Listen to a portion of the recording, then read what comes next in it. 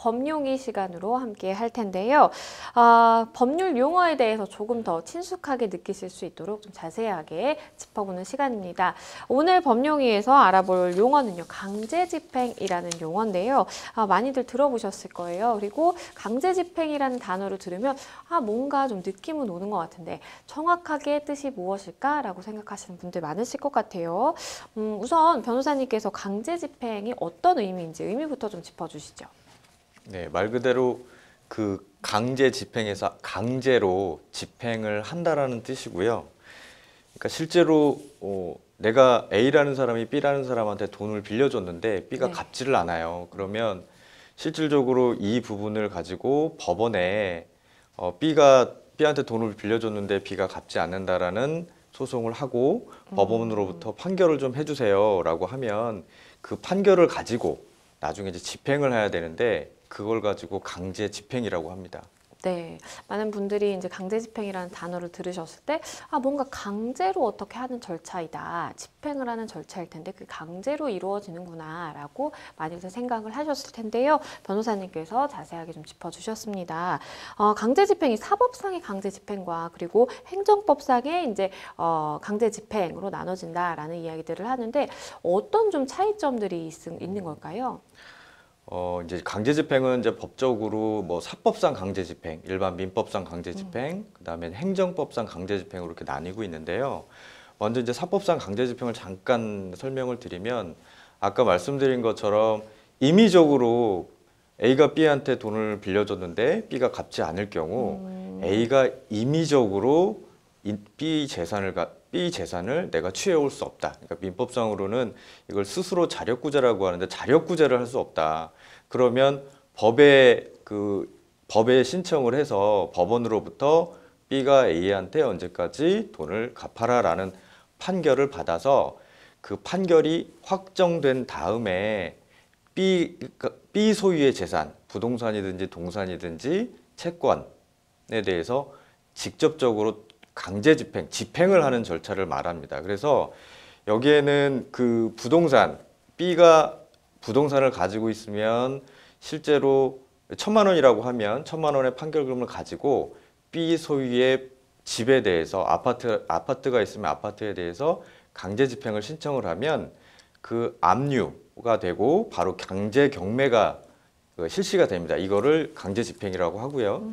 그다음에 동산의 경우 뭐 B가 가지고 있는 뭐 집에 물품이라든지 이런 부분들이 있는데 자동차도 거기 소유가 됩니다. 그런데 이 경우에는 좀 제한이 있어요. 어떤 제한이 있냐면 그 B가 일상적으로 생활할 수 있는 부분을까지 압류를 하게 되면 그 B의 기본적인 기초 생활이 위태롭게 되기 때문에 뭐 옷이라든지 주방용품이라든지 뭐 2달치 식료품이라든지 또 만약에 그 B가 어떤 전문가일 경우에는 전문가가 직업을 하기 위해서 필요한 어떤 일상적인 전문 장비라든지 이런 부분들에 대해서는 압류가 좀 제한되어 있습니다. 또 채권, 쉽게 얘기하면 돈입니다.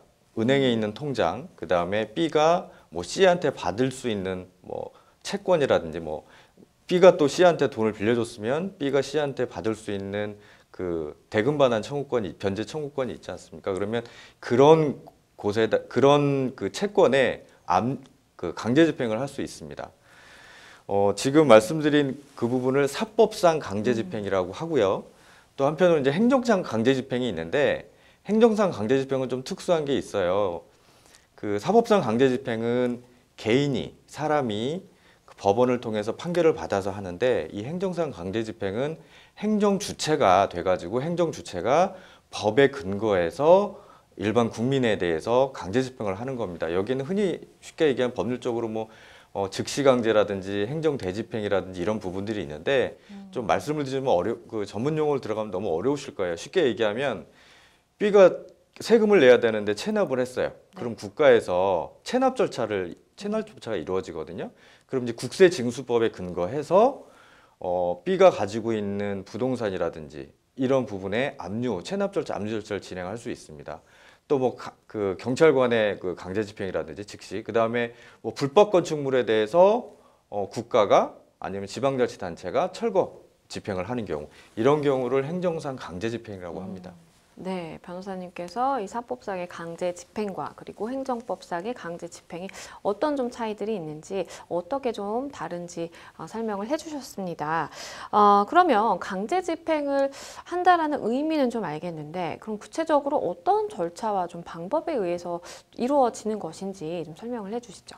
아까 좀 간단하게 설명을 드렸는데요. 이제 사법상 강제 집행을 쉽게 아마 일상적으로 많이 문제가 됐을 때는 접하시는 부분이 그쵸. 그 부분인데, 예를 들면 이제 부동산 강제 집행을 먼저 간단하게 말씀을 드리면, 아까 말씀드린 것처럼 뭐 1,000만 원을 A가 B한테 빌려줬는데 B가 갚지 않을 경우에 임의적으로 할 수 없으니까 법원에 소송을 1,000만 원을 빌렸는데 안 갚다라는 대여금 청구 소송을 제기를 해서 법원에서 판결이 났습니다. 선고가 나서 나중에 이게 확정이 됐을 때 그 판결문을, 물론 이제 선고가 나면 판결문을 당사자들이 받으니까 그 판결문을 가지고 나중에 확정이 된 경우에 법원에 그 B 소유의 재산 부동산에 대해서 집행을 하기 위해서는 그 법원에 집행문 부여 신청을 해서 그 집행문을 받으면 됩니다. 이 집행문 부여 신청이라고 하는 건 판결이 이렇게 확정이 됐는데 이걸 가지고 B 소유의 부동산에 강제 집행을 하려고 하는데 이 부분에 대해 허용을 해달라, 증명을 해달라라고 하는 의미입니다. 그래서 그 집행문을 받아서 B 소유 부동산에 대해서 강제 집행 신청을 제출을 하면 해당 법원에 제출을 하면 B 소유의 부동산에 압류가 진행이 되고 그 시점에 강제 집행이 진행이 됩니다. 경매가 진행이 돼요. 그러니까 강제 집행이라고 하는 건 부동산에 대해서 경매가 진행된다고 생각하시면 되고요. 그러면 일반적인 이제 경매 절차가 진행돼서 나중에 거기 낙찰자, 다른 사람한테 낙찰이 되면 그 낙찰 대금을 가지고 내가 그 부분에 대해서 변제를 받으실 수 있습니다. 물론 거기에는 뭐 여러 가지 다른 채권자들이 있으면 그 부분에 대해서 안분 배당을 한다든지 우선 변제권이 있는 사람한테는 먼저 배당이 되는지 이런 절차가 이루어집니다. 그리고 채권의 경우에는 은행의 그 B 소유의 통장에 있는 돈을 잠시 예를 들면 이 경우에는 좀 절차가 좀 복잡한데요. 똑같이 집행문 부여를 받는 건 맞는데 그 법원에 채권 추심 명령 신청을 해야 됩니다. 그 의미는 뭐냐면 내가 A가 B에 대해서 내가 돈을 받을 게 있는 판결문을 가지고 있는데 B가 C은행에 1,000만 원의 예금 채권을 가지고 있으면 법원에 내가 이런 판결문을 가지고 B가 C에 대해서 가지고 있는 예금 반환 채무권을 내가 추심할 수 있는 걸 해달라라고 해서 그 결정문을 받은 다음에 C은행에 추심을 하면 됩니다. 이런 경우에는 보통 법원에서 결정문을 받았기 때문에 C은행은 통상적으로 많이 이제 주거든요. 그 근거가 있었으면. 만약에 혹여 C은행이 만약에 임의적으로 변제를 하지 않으면 해당 법원에 다시 C은행을 상대로 추심금 청구 소송을 하셔야 됩니다. 이런 절차가 좀 있다라는 거를 좀 유념하시면 될 것 같아요. 네, 변호사님께서 강제 집행이 실제로 좀 어떤 절차로 이루어지게 되는지 이제 부동산 강제 집행에 대해서 이제 좀 상세하게 설명을 해주셨고요. 혹시 뭐 이 절차를 앞두고 계신 분이나 아니면 좀 필요하신 분들 같은 경우에 참고를 해주시면 도움이 될 것 같습니다. 지금까지 법용이 시간에서 강제 집행은 어떤 것이고 어떤 절차로 이루어지는지에 대해 살펴봤습니다.